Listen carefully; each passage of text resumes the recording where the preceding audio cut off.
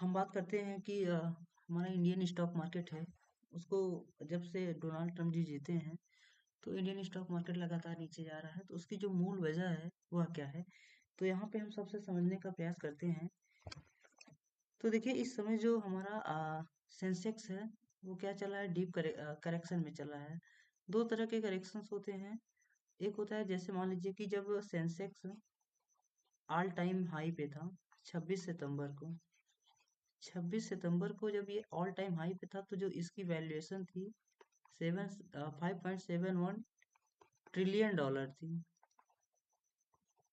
लेकिन आज आज की डेट पे इसकी जो वैल्यूएशन हो चुकी है वो कितना हो चुकी है, 5.1 ट्रिलियन डॉलर। तो कहने का मतलब जो सेंसेक्स है, जो बीएससी का वैल्यूएशन है वो 10% निगेटिव रिटर्न दे चुका है। तो यहाँ पे मार्केट क्या कर रही है, करेक्शन कर रही है। अब जैसे मान लीजिए ये डीप करेक्शन की ओर जा सकती है। डीप करेक्शन की जब हम बात करते हैं तो जब ये मार्केट 10% से 20% के नीचे जाती है तो ये इसे बोला जाता है डीप करेक्शन। फिलहाल ये अभी डीप करेक्शन की ओर जाती है। तो मूल वजह क्या है उसे हम समझने का प्रयास करते हैं। तो सबसे पहले समझिएगा कि जो बीएससी का जो वैल्यूएशन है वो लगभग $500 बिलियन क्या हुआ है, कम हुआ है। तो जो मूल वजह है वो क्या है, एफपीआई। एफपीआई जब हम बात करते हैं, एफपीआई क्या होते हैं, तो फॉरेन पोर्टफोलियो इन्वेस्टर। जो एफपीआई है वो क्या कर रहे हैं, मार्केट से पैसा क्या कर रहे हैं, निकाल रहे हैं। मार्केट से ये पैसा निकाल के ये दूसरे देश की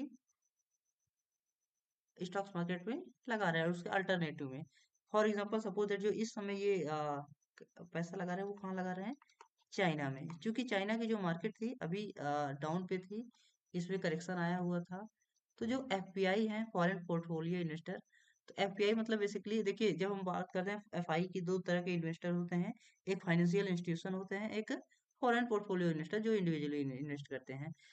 तो ऐसा नहीं है कि 2022 2023 में भी एफपीआई जब मार्केट से पैसा विड्रॉल कर रहे थे, जब पैसा मार्केट से क्या कर रहे थे, निकाल रहे थे, तो यहाँ जो मार्केट है वहां पे मार्केट नीचे नहीं, इंडियन स्टॉक मार्केट वहां नीचे नहीं आई। क्योंकि वहां इंडियन स्टॉक मार्केट ऊपर गई। उसके रीजन क्या था, उसका रीजन यहाँ था कि जो यहाँ के डीआई हैं, डोमेस्टिक इन्वेस्टर हैं, डोमेस्टिक इंस्टीट्यूशनल इन्वेस्टर हैं, वो क्या कर रहे थे, पैसा बराबर पैसा मार्केट में डाल रहे थे और रिटेल इन्वेस्टर्स भी उसमें पैसा इन्वेस्ट करते थे। लेकिन इस समय की सिचुएशन क्या है, इस समय एफपीआई मार्केट से लगातार पैसा निकाल रहे हैं और हमारे यहाँ के जो डीआई है उससे उससे बीट नहीं कर पा रहे हैं। इस वजह से ये जो मेजर मार्केट है हमारा इस समय क्या है, डाउन ट्रेंड की ओर जा रही है। तो और ये तो एक बेसिक रीजन था कि बीएससी की जो वैल्यूएशन हुई है वो कम हुई है। क्योंकि ये ऑल टाइम हाई से 10% नीचे आ चुका है, उसका मेजर मेजर रीजन ये है कि एफपीआई क्या कर रहे हैं, पैसा मार्केट से निकाल रहे हैं। दूसरी बात अगर हम बात करते हैं, देखिए यहाँ पे इस समय अगर आप देखेंगे तो जो डॉलर है वो क्या हो रहा है, स्ट्रांग हो रहा है। डॉलर डॉलर स्ट्रांग हो रहा है। रूपी जो है वो क्या हो रहा है, डिप्रिसिएट हो रहा है। इस समय जो एक इंडियन रुपी है वो लगभग 84.40 ये जा चुका है। इवन अगर आप यहाँ देखेंगे इंडियन स्टॉक मार्केट तो नीचे आ रही है लेकिन यूएस की मार्केट नीचे नहीं आ रही है। तो ये सब कुछ ये बेसिक रीजन है कि इंडियन स्टॉक मार्केट नीचे क्यों आ रही है।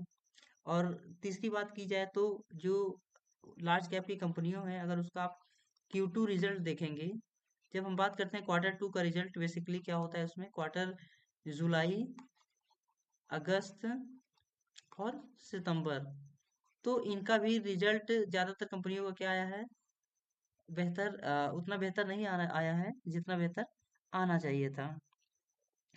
तो इंडियन स्टॉक मार्केट से अब ऐसे मान के चलिए कि लगातार नवंबर में जो एफपीआई हैं, सिर्फ नवंबर में 25,000 करोड़ रुपए मार्केट से निकाल चुके हैं। और यही अक्टूबर में 1.3 लाख करोड़ पैसे मार्केट से निकाल चुके हैं।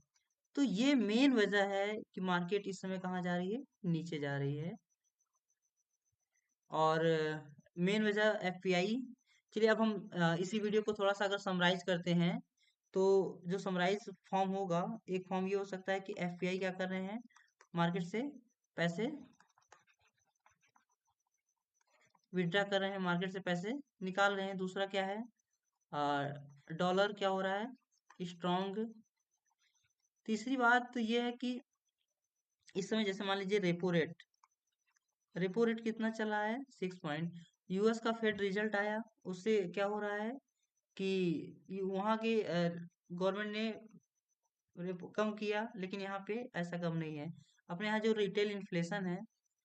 रिटेल इन्फ्लेशन वो 2% से 6% के बीच में होनी चाहिए, लेकिन इस समय कितनी पहुंच चुकी है, 6.21 पॉइंट। ये कुछ बेसिक रीजन है कि जो इंडियन स्टॉक मार्केट इस समय क्या चल रही है, नीचे चल रही है। तो ये कुछ बेसिक पॉइंट्स हैं जो हमने आपको शेयर किया। उम्मीद है कि ये आपको वीडियो अच्छा लगा होगा।